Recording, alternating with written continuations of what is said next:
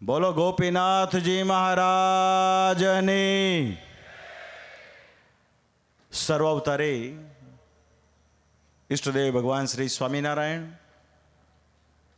મહુવા ગામને આંગણે નૂતન ભવ્ય નકશીકામયુક્ત ભગવાન શ્રી હરિની પ્રેરણા અને કૃપારૂપ નૂતન મંદિરના એક મૂર્તિ પ્રતિષ્ઠા મહોત્સવના પાવન અવસરે આ દિવ્ય અને ભવ્ય સભા મંડપના મધ્યમાં વ્યાસાસને આરૂઢ થઈ આપ સર્વે ભક્તજનોને આપણા સંપ્રદાયનું જે મુખ્ય શાસ્ત્ર છે શ્રીમદ સત્સંગી જીવન ગ્રંથરાજની દિવ્ય કથાનું રસપાન કરાવી રહેલ વક્તા મહોદય છેલ્લા ઘણા બધા વર્ષોથી ઘર સભાના માધ્યમથી સમગ્ર દેશ અને વિદેશમાં વસતા શ્રીજી મહારાજના લાડીલા ભક્તોને મૂળ સંપ્રદાયની નિષ્ઠા જેવો ઠચો ઠચ એનું પિયુષ પાઈ રહ્યા હોય એવા વક્તા મહોદય મંદિરના પ્રેરક સ્વામી શ્રી નિત્ય સ્વરૂપદાસજી સ્વામી. આપણી સભામાં ઘણા બધા સંતો ઉપસ્થિત છે. એમના ગુરુ શ્રી હરિવલ્લભ સ્વામીજી ઉપસ્થિત રહ્યા છે. બાજુમાં સ્વામિનારાયણ ગુરુકુળ મહુવા છે. એમાં અમારા શ્રી બહુ સ્નેહી છે, અમારી હારે બહુ ભાવ રાખે છે એવા પુરાણી સ્વામી શ્રી ભક્તિતનયદાસજી સ્વામી પધાર્યા છે. ગઢપુર મંદિરના ચેરમેન ખૂબ કર્મઠ વિદ્વાન શાસ્ત્રી સ્વામી હરિજીવન સ્વામીજી છે. જૂનાગઢ મંદિરના ચેરમેન પીપી સ્વામી પણ આવ્યા છે. એમના ગુરુ કોઠારી સ્વામી દેવનંદન સ્વામી પણ છે. હમણાં આપ સર્વે ભક્તોને જેવું વ્યાખ્યાનમાળા દ્વારા શ્રીજી મહારાજના મહિમાની સુંદર વક્તવ્ય આપશે એવા વક્તા મહોદય આપણા જૂનાગઢ મંદિરના ટ્રસ્ટી મેમ્બર શાસ્ત્રી સ્વામી શ્રી રાધારમણદાસજી સ્વામી ઉપસ્થિત સત્સંગભૂષણ સ્વામી છે. ઘણા બધા સંતો વિષ્ણુ સ્વામી, ધર્મવિહારી શાસ્ત્રીજી, લક્ષ્મી સ્વામી, ભક્તિ સંભવ સ્વામી, આ બાજુ હરિપ્રસાદ સ્વામી, જ્યાં જ્યાં દ્રષ્ટિ કરો. અને હમણાં જેમણે બહુ વક્તવ્ય સરસ આપ્યું એવા ભાવનગર ગુરુકુળથી પધારેલા શ્રી કેશવ પ્રકાશ સ્વામી, સભાનું સંચાલન કરતા હોય એવા નારાયણચરણ શાસ્ત્રીજી આદિક ઉપસ્થિત તમામ આદરણીય સૌ સંતો, આ મહોત્સવની અંદર સમગ્ર મહોત્સવની મુખ્ય સેવા જેમણે કરી છે એવા અક્ષરનિવાસી નાનજીભાઈ ગાંગજીભાઈ ગોળવિયા પરિવારના અક્ષરનિવાસી મગનભાઈ હોય, રમેશભાઈ, પ્રવીણભાઈ, એમના શ્રી અશ્વિનભાઈ આદિક એમનો સારો એ પરિવાર. કથાના યજમાન પદે અક્ષરનિવાસી ફૂલાભાઈ ઝવેરભાઈ પટેલ પરિવારના શ્રી જીગરભાઈ, અશોકભાઈ એમના ફાધર આદિક એમનો પરિવાર. સહયજમાનમાં અમારા નિસર પરિવારના શ્રી અમરસિંહભાઈ, રસિકભાઈ, રમેશભાઈ આદિક. તદુપરાંત મહોત્સવના સહયજમાન અમારા ખૂબ સ્નેહી છે એવા મધુભાઈ બાબરિયાના સુપુત્ર ચંદ્રેશ બાબરિયા છેક નૈરોબીથી આવ્યા છે. એમના સુપુત્ર પાર્થ આદિક, તેમજ શ્યામલભાઈ હોય, જયસુખભાઈ મિસ્ત્રી આદિક પરિવાર, બહુ બધા સભ્યો ભક્તો અહીંયા આવ્યા છે. દેશ અને વિદેશથી હમણાં સિડનીના ભક્તો આવ્યા. તો ઉપસ્થિત આપ સર્વે ભાવિક ભક્તો, મહુવા ગામના ભક્તજનો અને આ મૂર્તિ પ્રતિષ્ઠા મહોત્સવને માણવા માટે દેશ દેશાંતરથી પધારેલા સર્વે ભક્તોને અમારા ભાવથી જય સ્વામિનારાયણ. વર્તમાન સમયમાં અમને ઘણીવાર એવું થાય, અમને એવું લાગે છે પ્રત્યક્ષપણે કે શ્રીજી મહારાજની કૃપાથી અત્યારે બધા જ ગ્રહો એક સીધી લીટીમાં આવી ગયા હોય એવું મને દેખાય છે. હવે આ તો અવસર છે. બુદ્ધિશાળી એને કહેવાય કે જે અવસરનો સદુપયોગ કરે. નિત્ય સ્વરૂપ સ્વામીજી માટે મને બહુ માન છે. એમનામાં એક કન્વિક્શન છે. એક વખત એક નિર્ણય કરે એટલે કરવાનું એટલે પૂરેપૂરું કરવાનું.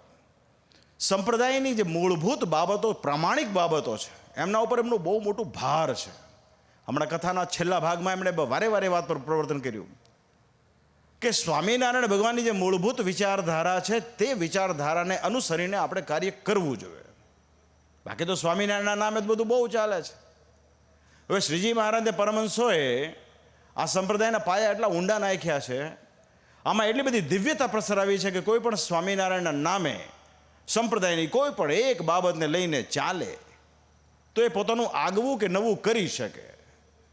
પણ સાચો ભક્ત તો એ છે કે પોતાના મનનું ધાર્યું કરવાને બદલે શ્રીજી મહારાજની જે મૂળભૂત વિચારધારા છે એને અનુસરીને વર્તમાન સમયમાં જે કાર્ય કરે છે ને એની પર પરમેશ્વરનો અતિશય રાજી થાય છે. ને આખો સંપ્રદાય, આખા દેશ વિદેશના ભક્તો પ્રસન્ન થતા હોય છે.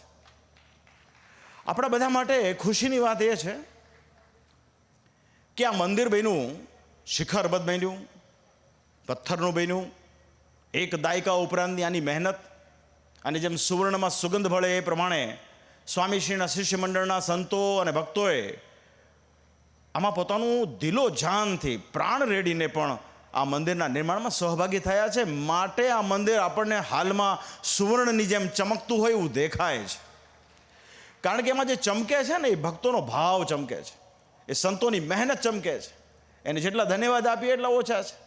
અને વિશેષપણે સ્વામીજીએ જે પ્રમાણે એમના સંત મંડળના સંતોને ઘડ્યા છે ને, એ બદલ તો આપણે જેટલા પણ ધન્યવાદ એમને આપીએ ને એટલા ઓછા છે. અમે મંદિરના દર્શન કર્યા. આમ તો અમે પ્રથમ વખત આ મંદિરની મુલાકાત લીધી અને દર્શન કર્યા, પણ જે પ્રમાણે એમાં વર્કમેનશિપ, એની કારીગરી, એનું જે કામ થયું છે, એની જે ડિઝાઇન થઈ છે, એકદમ યુનિક, ઉત્તમ. અમને ખ્યાલ આવે છે ત્યાં સુધી આપણા મૂળ સંપ્રદાયમાં આ પ્રકારનું નજરાણા રૂપ, કોતરણી કામવાળું, વિશિષ્ટપણે એમાં જે ચરિત્રો આપણને જોવા મળે છે એવું મંદિર જો ખરેખર મૂળ સંપ્રદાયના આશ્રિતોને જોવા આવવું હોય ને તો માત્ર ને માત્ર મહુવા આવવું પડે. અને મૂળ વાત રાખી, જો શ્રીજી મહારાજ તો અનંત કોટી બ્રહ્માંડના ધણી, જેના રૂવાડે કરોડો બ્રહ્માંડો ફરતા હોય એટલા મોટા ભગવાન કેવળ કરુણાએ કરીને અહેતુકી કૃપાથી અક્ષરધામથી પૃથ્વીને વિશે પધાર્યા, કેવળ પોતાના પ્રેમી ભક્તોનો ભાવ પૂરો કરવા છે. એની સાથોસાથ આ ઘોર કળીકાળમાં જીવાત્માનું કલ્યાણ પણ થાય એવા ઉત્તમ ઉપાય રૂપે મહારાજે સંપ્રદાયની સ્થાપના કરી. 30 વર્ષ સુધી શ્રીજી મહારાજ સત્સંગમાં ફેર્યા છે. આ સૌરાષ્ટ્રને, કચ્છને, કાઠિયાવાડને પોતાનું એક સત્સંગનું કેન્દ્ર બનાવ્યું મહારાજે. અને અંતમાં મહારાજ જ્યાં ગરડે રહ્યા છે, ગરડામાં, અને ત્યાં મહારાજે ગોપીનાથજી મહારાજે પધરાવ્યા છે, એમાં ને મહારાજના સ્વરૂપમાં ક્યાંય ફરક નથી. એની સાથોસાથ પોતે નીલકંઠ વર્ણિના રૂપમાં જ્યારે સમગ્ર ભારત વર્ષની યાત્રા કરી ત્યારે હિન્દુ સનાતન ધર્મની જે મૂળ વિચારધારા છે, મંદિરો કેવા હોય, એમાં મૂર્તિઓ કેવી હોય, એના પ્રબંધ કેવા હોય, એવી ઘણી બધી બાબતો. આપણો સ્વામિનારાયણ સંપ્રદાય એ હિન્દુ સનાતન ધર્મની જ એક શાખા, એક બ્રાન્ડ કહી શકાય. શ્રીજી મહારાજે એને અપગ્રેડ કરેલું છે.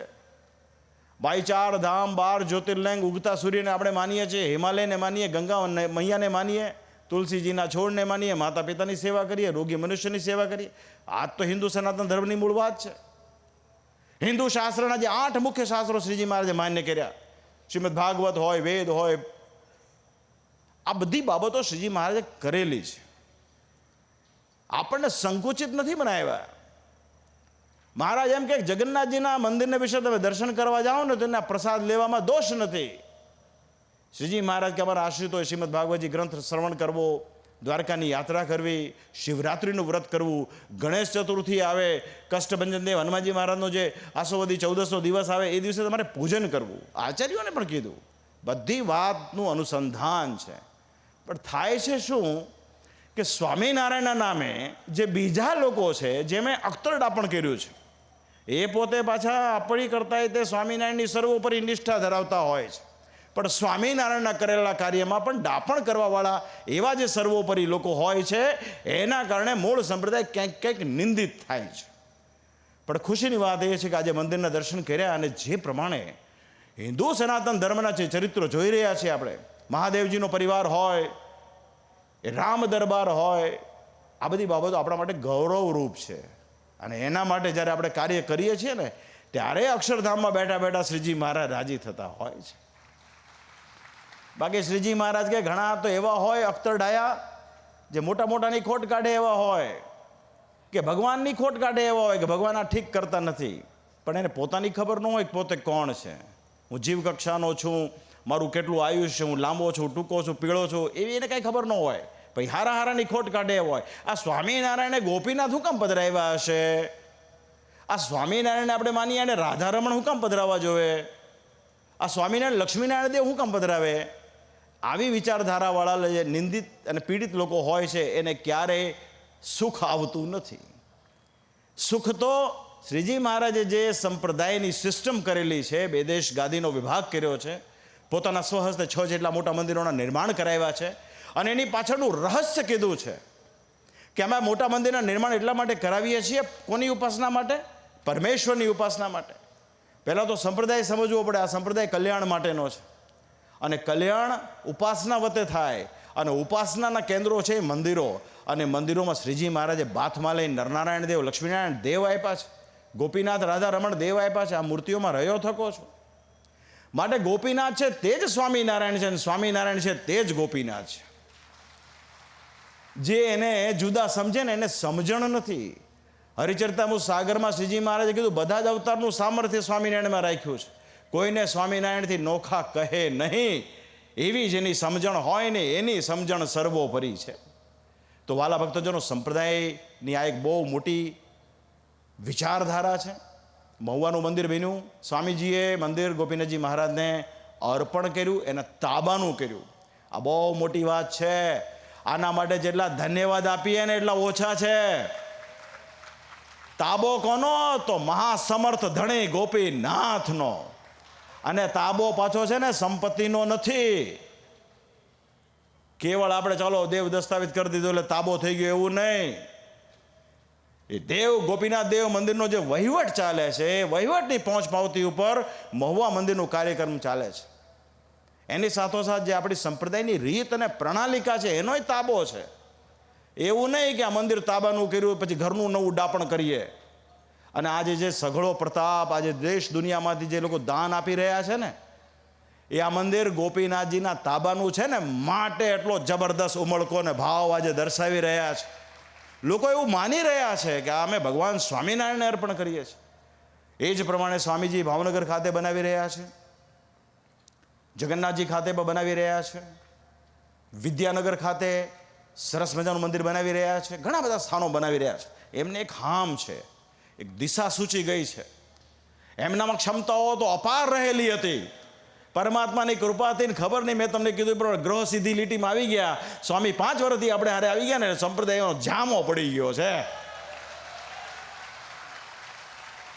અમે તો બહુ ઈચ્છતા હતા, પણ હવે ભાઈ સમગ્ર જગતને સૃષ્ટિના કરતા કરતા એકમાત્ર શ્રી હરિ છે, એની મરજીથી બધું થાય.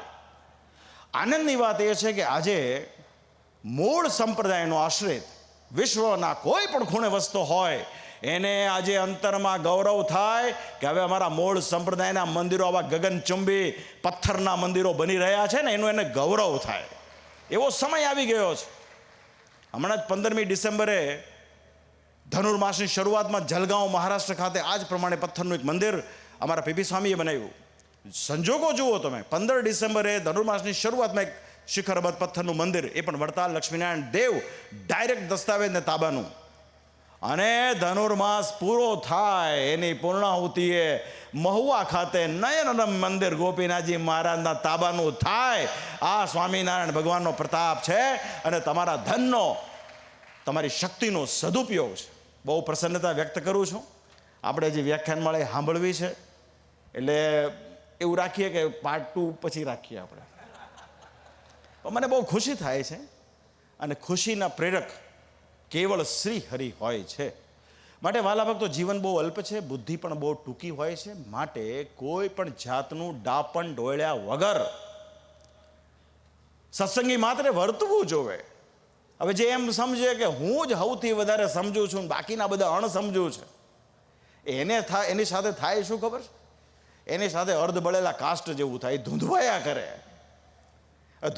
કરે, હળગે નહીં પણ ધૂંધવાયા કરે. એનામાં એ સમજણ નથી હોતી કે આ બધું જે કાંઈ બની રહ્યું છે પરમેશ્વરની દયાથી બની રહ્યું છે. આ જે કાંઈ મૂર્તિની વાર્તા છે, હવે લક્ષ્મીનારાયણ દેવ હરિકૃષ્ણ મહારાજ આજે આવા ભવ્ય મંદિરમાં બિરાજમાન થયા છે. ખરેખર સત્સંગી માત્રનું, સમગ્ર સત્સંગનું બહુ મોટું ભાગ્ય કહેવાય. આ કઈ સામાન્ય બાબત નથી. મને ખુશી એ વાતની થઈ, આચાર્ય પ્રવર્ષી વિહારીલાલજી મહારાજે અહીંયા લક્ષ્મીનારાયણ દેવ પધરાવ્યા, હરિકૃષ્ણ મહારાજ પધરાવ્યા. એ પૂર્વે ઇતિહાસ તપાસ્યો મેં. નિર્મળાનંદ સ્વામીએ અહીંયા સત્સંગના શ્રી ગણેશ કર્યા, ત્યાર પછી ત્રિગુણાતીતાનંદ સ્વામી આવ્યા, ત્યાર પછી મોટા યોગાનંદ સ્વામી કે જેમનું બહુ મોટું યોગદાન ગઢપુર પ્રદેશના વિશે રહ્યું છે. મોટા યોગાનંદ સ્વામી તમામ રીતે, સાધુતાની રીતે, તદુપરાંત કવિત્વ શક્તિ હોય, ગ્રંથોની રચના કરી શકે એવા હોય. એમણે પોતાના સમકાલીન સમયમાં પ્રશ્નોત્તર સાગર નામનો એક સરસ મજાનો ગ્રંથ, જેમાં ગુરુ અને શિષ્ય વચ્ચે પ્રશ્ન ઉત્તરનો એક સરસ મજાનો સંપુટ છે. 350 જેટલા પ્રશ્નો છે, પણ એ પ્રશ્નો આજની તારીખમાં એ બધા પાછા વચનામૃતમાંથી ઉદ્ધરણ કરેલા છે, કોઈ કલ્પના એ કરીને નહીં. સામાન્ય રીતે બોલતા આવડી જાય, થોડું જ્ઞાન આવડી જાય એટલે માણા પાછો ઘરની ધોરાજી હાંકે, એ પછી શ્રીજી મહારાજની વાતને પડતી મૂકે. મોટા યોગાનંદ સ્વામીનું પ્રશ્નોત્તર સાગર હોય, બુદ્ધરંજની નામનો એક ગ્રંથ છે એમનો, શ્રી હરિ સ્વરૂપ નિર્ણય છે, અનેકવિધ સ્તોત્રો એમણે લખ્યા છે. મહાન સંત. આ બધા સંતોના પુણ્ય પ્રતાપે મહુવાની અંદર જે તે સમયે સત્સંગનો શ્રી ગણેશ થયો, અને મને એવું લાગે છે કે એ બધું પરિપાક થયો ત્યાર પછી પુરાણી સ્વામી જગત પ્રકાશ દાસજી સ્વામીએ આથી 46 વર્ષ પહેલાં અહીંયા બંગલાઘાટનું મંદિર બનાવ્યું, શિખરબદ્ધ મંદિર બનાવ્યું, અને એમાં ઘનશ્યામ મહારાજે પધરાવ્યા. આ બધા મહાન સંતો આટલા બધા જ્ઞાની હોય, એટલા વિદ્વાન હોય, આટલા સામર્થ્યવાન હોય, એટલા એમના દેશ વિદેશમાં ભક્તો હોય, છતાંય એક આટલો વિચાર સુદ્ધા નહીં. પાછો જીવનમાં ઘણી બધી વિષમ પરિસ્થિતિઓ આવી હશે આ મહાપુરુષોને, એવું નથી કોઈનું જીવન કાંઈ સાંગોપાંગ પસાર થતું નથી. અમારું કાંઈ સાંગોપાંગ પસાર નથી થતું. અમને એ લોકો છે ને આમ જાગતા રાખે છે. માટે અમે સંપ્રદાયમાં આ બધી વાતો એમના જીવનમાં બની, છતાં પણ મૂળ સત્સંગનો પક્ષ છોડ્યો નહીં. આટલી બધી વિષમતા હતી છતાં પણ મૂળ સત્સંગનો પક્ષ છોડ્યો નહીં. જગત પ્રકાશ પુરાણી સ્વામી મને એટલા માટે માન, હું એમને મળેલો પણ હતો. અમારા પિતાશ્રી સાથે ખૂબ સારા સંબંધો, અને મહુવા સાથે તો નાતો એટલા માટે કે અમારા પિતાશ્રીની પહેલી નોકરી જ મહુવામાં સ્ટેટ બેંક ઓફ સૌરાષ્ટ્રથી શરૂ થઈ હતી. અમારો જન્મ થયો હતો બરોબર 1966માં, બાપુજીની નોકરી લાગી હતી. તો મહુવા છે ને એ એ રીતે કનેક્શન વાળું છે. તો એ વખતે પુરાણી સ્વામી સાથે મળતા તો પુરાણી સ્વામીના વિચારો મને ખબર છે, જ્યાં જ્યાં પુરાણી સ્વામીએ પધરામણીઓ કરી હોય, સિંહાસનો પધરાવ્યા હોય ને, ત્યાં અચૂક અને અચૂક એમણે ગોપીનાથજી મહારાજ આપ્યા હોય, રાધારમણ દેવ આપ્યા હોય, લક્ષ્મીનારાયણ દેવ આપ્યા હોય. આ મૂળ ધરોહર છે આપણે. જો આ તમે ચૂકો ને તો ઓલા બહાર નીકળી ગયેલી કંપનીઓ છે ને એની ભેગા તમે આવી જાઓ, સમજ્યા ને? પછી ઓલો હોળના ભાવમાં ઓલું કટપીસ વેચાય ને, તો વાલા ભક્તો ખુમારી બહુ મોટી વસ્તુ છે ને. અમે તો દેવના આચાર્ય છીએ એટલે અમે તો એ વાત કરવાના. અને આ સ્વામિનારાયણે ગોઠવેલું છે, મેં ગોઠવેલું નથી. અનંત કોટી બ્રહ્માંડના ધણી પુરુષોત્તમ નારાયણે જે કાર્યક્રમ કર્યો હોય ને, એમાં કોઈ વાતની ખામી હોય નહીં.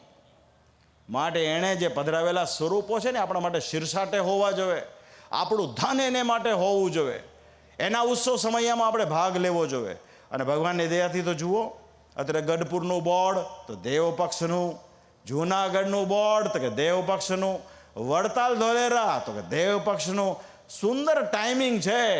અને આ 4 વર્ષમાં 200 થવાનું છે. હવે તો તમારે બધાએ તો છે ને આમાં બધામાં જોડાવાનું જ છે. હમણાં સ્વામીએ 3 વર્ષ પછી ભાવનગરનું કીધું છે. અમે એવી આશા રાખીએ ગઢપુરપતિ ગોપીનાથજી મહારાજને 200 વર્ષ પૂર્ણ થતા હોય ને એ પૂર્વે ભાવનગર ખાતે પણ મંદિરમાં શ્રીજી મહારાજ બિરાજમાન થાય એવી અમારી ભગવાનને પ્રાર્થના. હવે વિશેષ પછી વાત કરશું. શ્રી હરિ આપ સૌનું ખૂબ મંગળ કરે. પુનઃ મૂર્તિ પ્રતિષ્ઠા અવસરે ઉપસ્થિત તમામ સંતો અને ભક્તોને અમારા અંતરના ભાવથી જય સ્વામિનારાયણ.